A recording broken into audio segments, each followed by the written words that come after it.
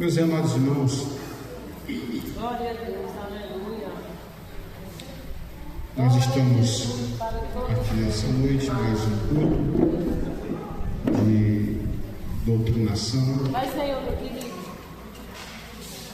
com a Igreja de Cristo, e veio ao meu coração Aleluia. falar sobre esse ponto, esse assunto, a vinda do Senhor. E dentro desse tema, abordar aqui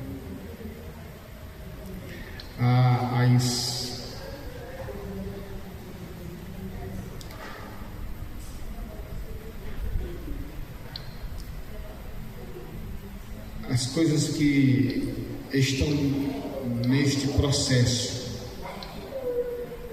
do momento da vinda do Senhor, da nossa espera até a vinda do Senhor. Meu Raimundo, as portas.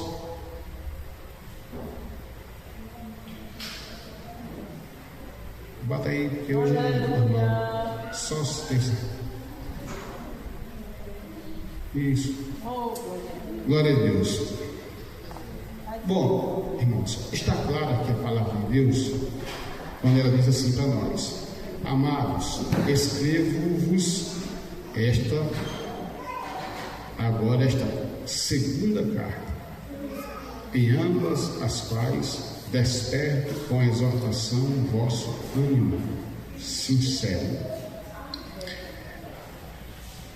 Pedro está escrevendo a segunda carta,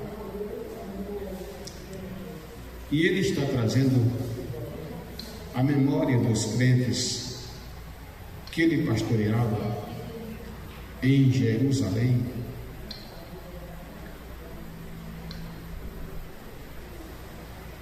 sobre a vinda de Jesus. E muito em decorrência das promessas de Cristo que Jesus voltará, os crentes daquela época, dos tempos de Pedro,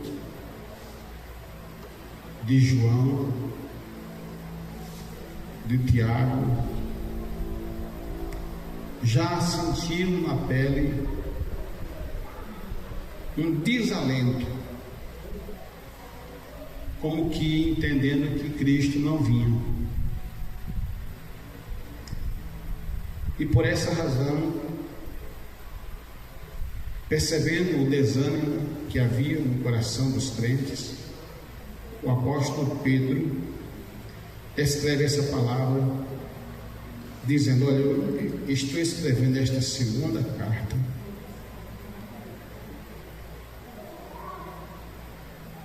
em ambas as quais desperto com exortação o vosso ânimo sincero. Me prende aqui o significado dessa palavra exortação. Exortação é uma expressão carinhosa, é uma expressão amorosa do Espírito Santo para a igreja. Não é bronca, não é sermões inflamados, muitas vezes de desabafos. Isso não é exortação. A exortação, ela edifica, ela conscientiza. A exortação, ela traz o homem à consciência da sua relação com Deus, com a sua palavra, a palavra de Deus, e as promessas do Senhor, e o próprio crente que está envolvido nesse contexto. Aí ele diz: desperte com a exortação. O que ele desperta? O vosso ânimo. o vosso ânimo. E ele completa: ânimo sincero. Ele está falando aqui, igreja, que estava exortando os cristãos da época dele que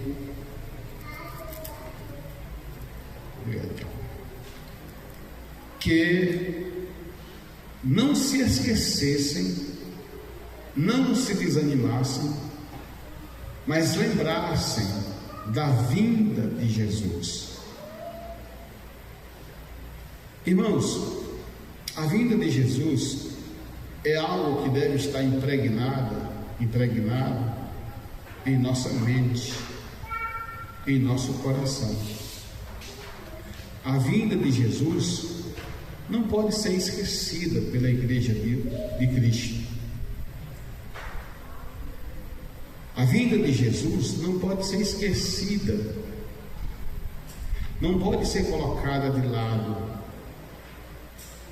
Nós estamos vivendo uma era que eu vou chamar de tempo materialista, em que o materialismo ele está ganhando forma dentro da própria comunidade cristã, e isso tem arrefecido ou esfriado a esperança, a promessa, a expectativa da volta de Jesus. A volta de Jesus deve ser encarada como uma realidade. E para tal, precisamos nos preparar. Para tal, precisamos estar prontos. Para tal, precisamos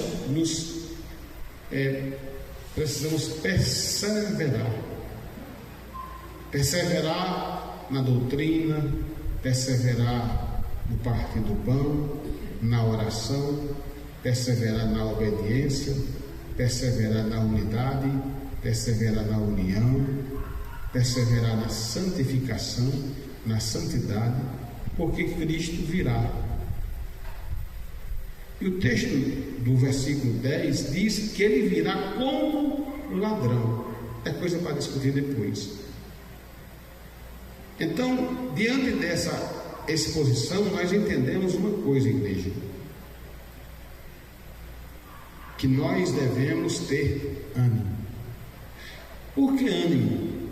Porque a gente, inevitavelmente, estamos em um contexto social e também espiritual que vem, muitas vezes, esfriar a nossa fé, vem combater nossa esperança.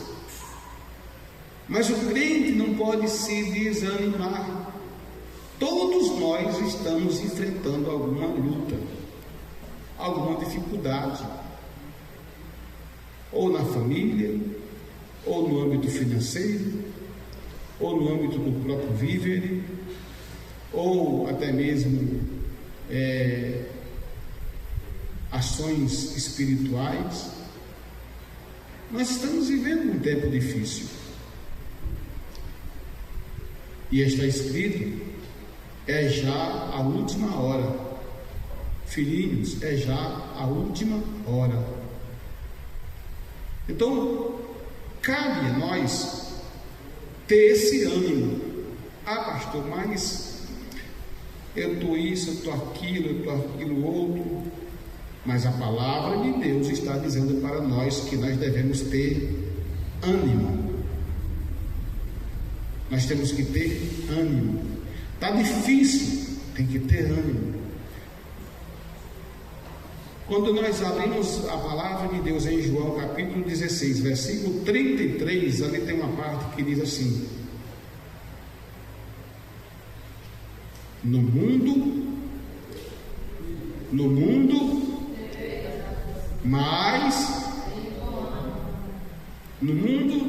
nós vamos ter aflição. Mas tenha bom ânimo. Não é por causa da aflição que a gente agora vai ter que ficar desviando da igreja, vai ter que deixar de vir para os cultos, deixar de cultuar, de adorar, de servir a Deus, de tomar ceia, de devolver o que é do Senhor, de se rebelar contra as autoridades constituídas. Não, isso não vai resolver em nada. Então nós temos que ter esse ânimo. Jesus não prometeu, irmãos, mar de rosa para nenhum de nós. Ele prometeu dificuldade, aflição. Ele disse: eu não vim trazer paz, mas eu vim trazer espada. Eu vim trazer foi divisão entre familiares, nora e sogro, genro e nora. Eu vim trazer espada, divisão. Mas não é que Jesus veio trazer porque ele veio fazer, não é isso. É que Jesus ele é tão impactante que muita gente não vai aceitar. Quando eu aceitei Jesus, por exemplo, foi uma luta dentro de minha casa. Meu pai se revoltou contra mim. Um dia eu me lembro que eu estava ouvindo uma programação cristã, assistindo, e ele chegou, e meu pai nunca tinha feito isso, e partiu para cima de mim e começou a me dar soco. Como eu era mais novo, bem jovem ainda, eu me desvencilhava dos murros dele, me livrava. Bom, e aí depois minha mãe interviu, ele foi para um canto, e eu deitei chorando, e depois desgostoso, triste, e depois apareceu um demônio no quarto que eu estava, e ele começou a me esganar. Foi quando eu, no pensamento, porque eu não podia nem falar, eu comecei a dizer: o sangue de Jesus tem poder, o sangue de Jesus tem poder. Enquanto eu dizia o sangue de Jesus tem poder, não ia se afrouxando, até que eu consegui dizer: o sangue de Jesus tem poder. Aquela sombra escura, preta, desapareceu assim por cima do teto e foi-se embora. E eu comecei a dizer: Jesus, Jesus, e comecei a glorificar Jesus, porque o inimigo ele quer que a gente caia no desânimo. Mas, irmãos, por que nós temos que ter ânimo? Primeiro, porque Jesus está voltando. Aí o apóstolo diz: para que vos lembreis das palavras que primeiramente foram ditas pelos santos profetas e dos mandamentos do Senhor e Salvador, mediante os vossos apóstolos. É para lembrar da palavra que já foi dita pelos profetas, pelos apóstolos e, no nosso caso, além deles, daqueles que nos ensinaram a palavra de Deus. Cada um de nós aqui temos no mínimo uma referência. Uma referência.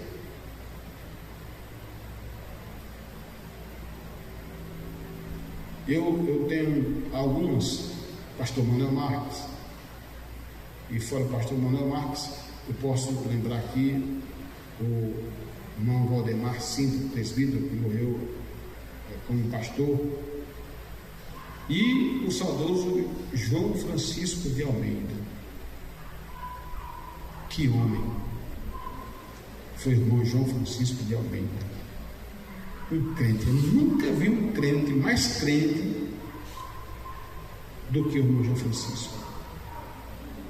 Eu convivi de perto com o irmão João Francisco. A última vez que eu vi ele, eu estava com Covid, não sabia. Eu sei que eu estava muito mal, me recuperando, tinha feito 3 anos do coração, deu tudo bom, mas estava passando por um processo difícil, e encontrei ele na cadeira, cansado, e ele disse: Eu estou esperando o irmão Lindoval para a gente ir, nem sempre o Lindoval trazia ele aqui para os Carneiros, para a gente ir ali para o CEPREV, que é o Centro de Recuperação, presidida pelo presbítero Robson. E ele começou a falar ali sobre a vinda de Jesus e tal.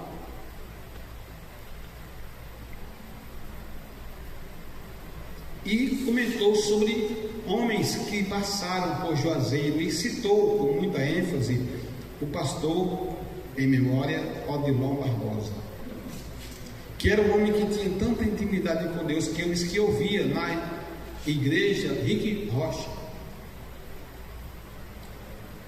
Ele ouvia o pastor Odilon Barbosa orando e falando claramente com Deus. Era como se Deus dissesse: olha, faça assim. E ele dizia: sim, Senhor, assim eu vou fazer, desse jeito, tudo bem, Senhor, amém. Uma intimidade. Aí ele dizia, cansado do João Francisco, na cadeira de balanço que ele tinha, aí ele dizia bem assim: irmão Odilon Barbosa era um grande pregador e era um profeta. Então esses homens ensinaram a gente. Aleluia, glória a Deus. Aí temos aqui algumas observações.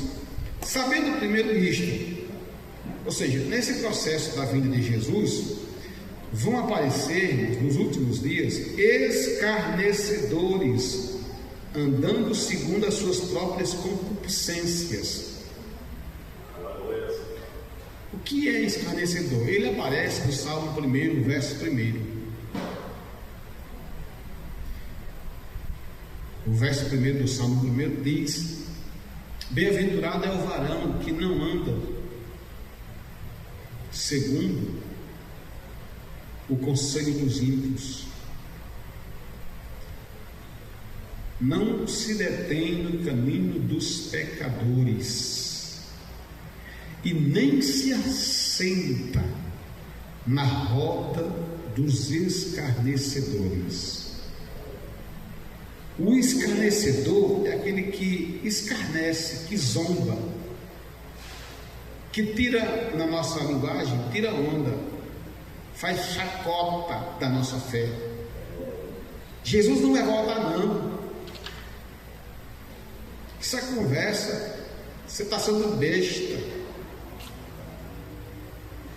Eu era novo convertido, e vocês me perdoem se isso aqui lhes ofender, essa expressão, esse acontecimento comigo. Era novo convertido. Então, novo convertido a gente perdoa, não perdoa? Muita coisa a gente perdoa do novo convertido. Porque é novo convertido. A gente não pode também tomar as coisas tudo assim ao pé da letra. Mas eu tinha minhas convicções. E um dia eu estou na minha mesma pouca fé, na minha pouca experiência, eu estou evangelizando uma mulher. Até aí tudo bem. Evangelizando a mulher, e a mulher ouvindo, aparece de repente um velho, que não era tão velho assim. Eu digo velho porque naquela época eu era bem mais novo, né? Talvez naquele tempo eu fosse velho, se eu fosse. Mas ele devia ter seus 70 anos, mais ou menos assim. Aí, quando ele viu evangelizando a mulher, aí ele se aproximou e disse: você é crente? Eu sou crente. Aí começou a dar aquelas gargalhadas típicas do escarnecedor. Vai dizer também que dá dízimo. Eu digo, dou dízimo sim. Devolvo o dízimo do Senhor. Pastor é ladrão, crente não presta. Aí começou, ele estava chapado. Eu tenho umas irmãs que são fogo na roupa. E tem uma lá que ela, aliás, a família é família, né? Família é família, não mexe com família não. Quando ele viu ele me xingando, aí quando eu vi que a coisa esquentou, minha irmã chegou e abafou com ele. E eu saí de fininho, disse um pio com ele. Só disse o seguinte: quer dizer que o senhor, na sua idade, aí ele disse assim: pois faça como eu, você é novo, vai beber cachaça. Aí eu estava cocorado, levantei e fiquei igual com ele. Ele disse: quer dizer que o senhor, na sua idade, bebe cachaça? Bebe cachaça. Aí eu falando para a minha falha, eu disse: o senhor devia tomar a vergonha na cara. Não era para me dizer aquilo, mas Deus sabe o que faz, né? Deus me permitiu falar, eu falei. O velho ficou uma arara comigo, mas falei. O escarnecedor zomba do crente, irmãos. Eu não sei como é que tem crente que fica de cri-cri-cri, de amizadezinhas com gente que escarnece o evangelho, de gente que não quer nada com Deus, de gente que às vezes até concorda com você, mas quando você vira as costas, maltrata você, critica você, fala mal de você, etc. e tal. Então o crente tem que ter esse cuidado. Aí ele vai falar aqui também que andam segundo as suas próprias concupiscências. Eles não andam segundo a palavra, eles andam conforme o curso desse mundo. O versículo 10 diz: onde está a promessa da sua vinda? Eles escarnecendo. Porque desde que os pais dormiram, todas as coisas permanecem como desde o princípio da criação. Ou seja, então, é o seguinte: desde o começo que vocês dizem que esse Cristo vem e nunca vem. São escarnecedores. E os escarnecedores, eles estão se multiplicando na mídia, na internet, no rádio, na televisão, nos auditórios, nos programas televisivos. São zombadores do evangelho. Mas Paulo adverte: de Deus não se zomba. O que o homem plantar ou semear, isso mesmo ele vai colher. Ninguém vai fugir do juízo de Deus.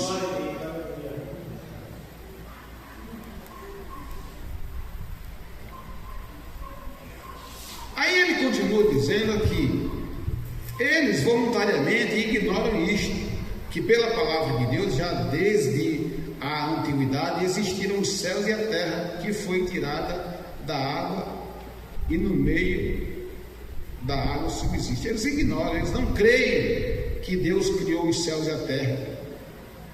Estou aqui pulando aqui algumas coisas. Eles ignoram também que o mundo pereceu pelo dilúvio. Eles não creem. Eles não creem que Cristo um dia veio e morreu, que Cristo era o Salvador do mundo. Mas a igreja tem que confiar em Cristo e na sua palavra, se apegar à palavra. A igreja não pode ser conduzida por este rumo, por este caminho que não engrandece em nada a ninguém. Então a gente tem que se esforçar, porque o dia do Senhor está próximo. Lemos em Mateus 25 a parábola das 10 virgens. Do versículo 1 ao versículo 13, narra-se ali a parábola das 10 virgens. A Bíblia diz que 5 eram prudentes e 5 eram nécias. As prudentes, elas se reservaram e tiveram o seu azeite ali na hora da vinda do Senhor, do noivo. Alguém gritou à meia-noite: eis o noivo! Eis o noivo! As que eram prudentes estavam com suas lâmpadas acesas e com reserva na botija. Mas as nécias não estavam preparadas. E uma pergunta se faz, e a resposta, ela é silenciosa, ela é na consciência de cada um de nós. Se o Senhor Jesus voltasse nesses próximos 3 segundos, estarias tu preparado? Aleluia, glória a Deus, aleluia. Aí tem um louvor que diz: ao findar no labor desta vida. Como é que a igreja canta?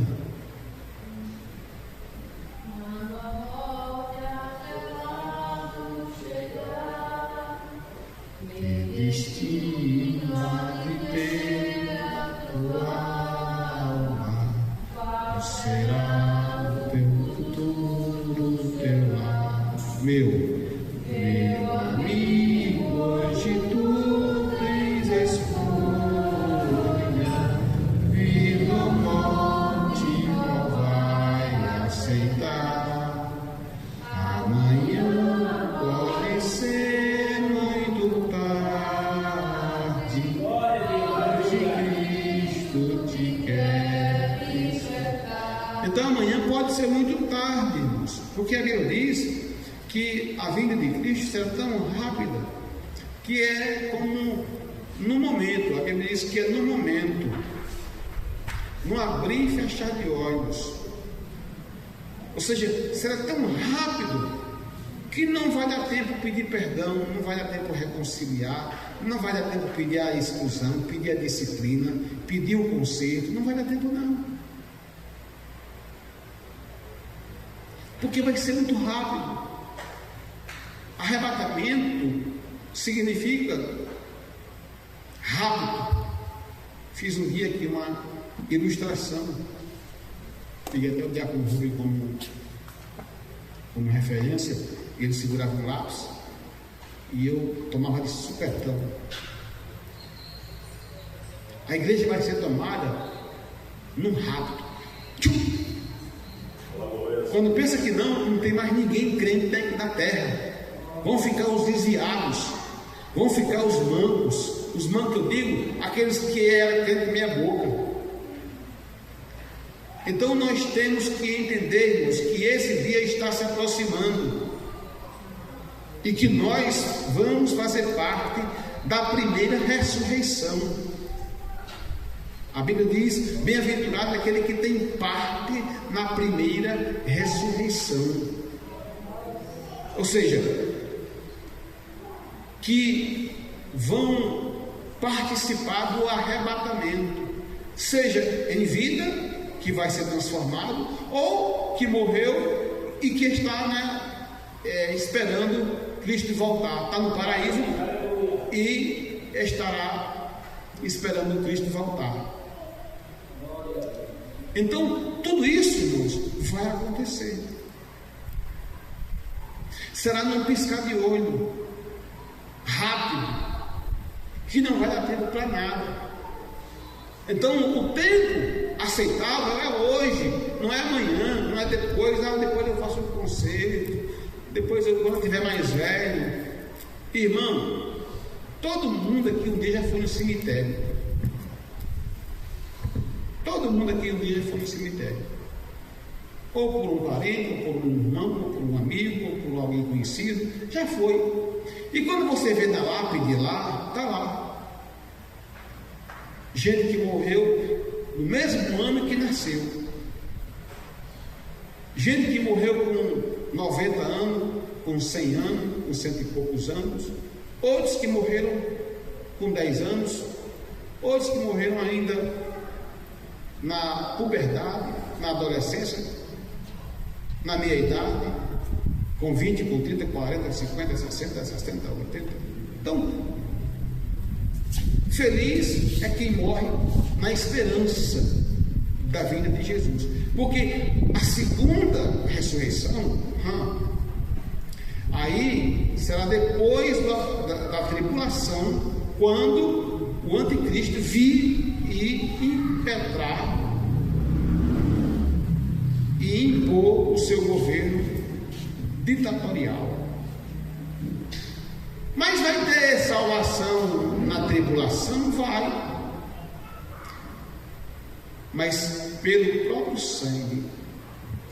E vai ter que rejeitar a marca da besta, vai ter que rejeitar o governo do anticristo, e aí vai ser morto. Ou ele nega a Cristo e adere e perde de vez a salvação, ou então ele morre, e aí o sangue que ele derramou vai ser o sangue da sua salvação. Então na tribulação vai ter salvação. Mas o bom mesmo é a gente, irmãos, estar no Senhor. O tempo está se indo.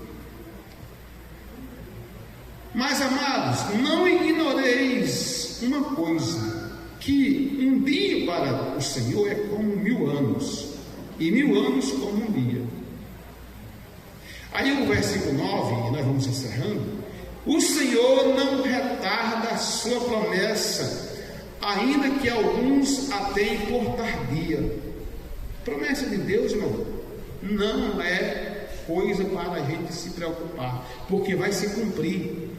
A palavra de Deus nos diz que a minha palavra não volta para mim vazia, antes cumpre aquilo que lhe apraz. A palavra de Deus vai se cumprir, seja no âmbito do arrebatamento ou em outro âmbito, mas vai se cumprir, porque a palavra de Deus é inerrante, viu, meninos? É inerrante. A palavra de Deus, ela é sem sombra de variação. Não há variação. Ela não é dobre, ela não é remendada. Aleluia! Glória a Deus. Ela foi escrita num espaço de 1600 anos por cerca de 40 autores de diversos níveis sociais, de boieiro, como foi Amós, a um médico, como foi o Dr. Lucas, reis, estadistas, camponeses, guerreiros, profetas, legisladores, como foi Moisés, missionários, como foi Paulo.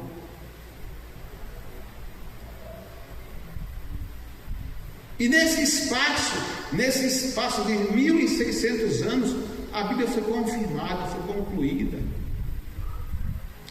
E o que a gente olha para a Bíblia e que nos deixa maravilhado é que em nenhum momento a Bíblia se contradiz. Os eruditos, os teólogos, os professores, eles dizem no campo, nos cursos, a Bíblia explica a Bíblia. A Bíblia explica a Bíblia. Glória a Deus, aleluia.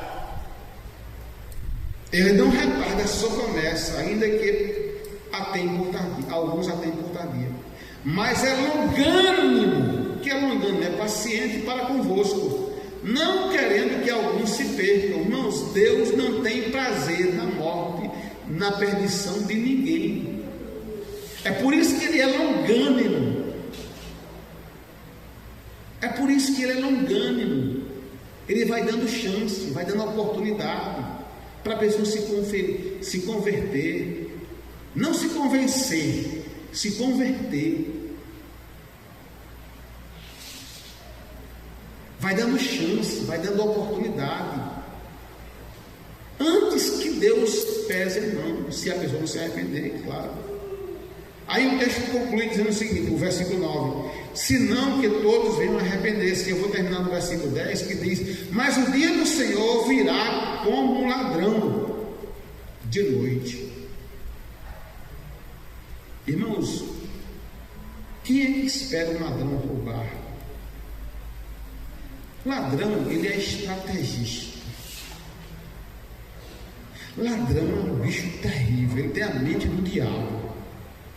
Morávamos no Ouro Preto, em Petrolina, e não sei como foi que me deram um galo, um frango, não sei que bicho criou, ou eu dei muita comida dele, sempre cresceu grandão assim, esquisito.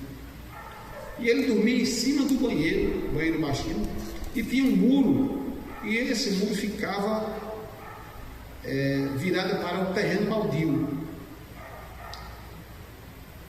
O ladrão, pelo terreno baldio, subiu em cima do muro, em cima do banheiro, e agarrou no galo, na cabeça do galo. E o galo começou a colocar. Aí quando nós saímos para fora, o ladrão saiu correndo e gritando: pega ladrão, pega ladrão. Deixa que o ladrão era ele mesmo.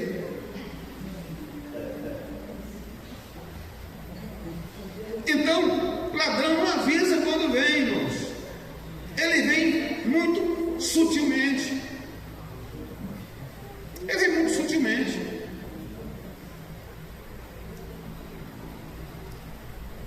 Mas eu queria que a igreja repetisse comigo: mas o dia do Senhor virá como um ladrão.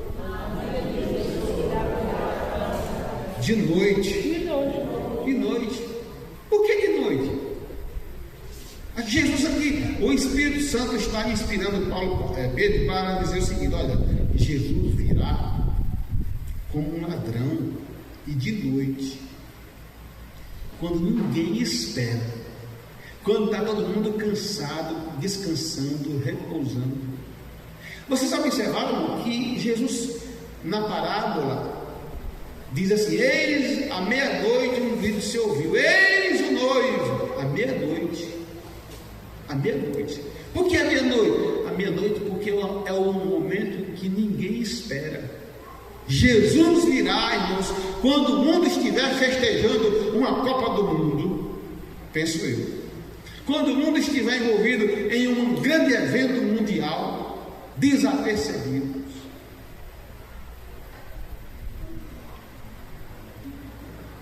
Ele virá de noite. Essa noite aqui não significa literalmente noite, mas momentos sombrios, momentos de distrações.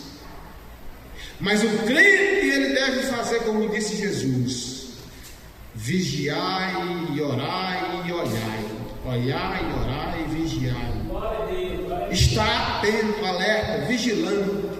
A Bíblia diz: sede sóbrios e vigilantes. O diabo, vosso adversário, anda em derredor, bramando como um leão, buscando quem ele pode tragar. Portanto, irmãos, a conclusão diz o seguinte: os elementos ardendo se desfarão, e a terra e as obras que nela há se queimarão. Esta é a palavra de Deus. Glória a Jesus.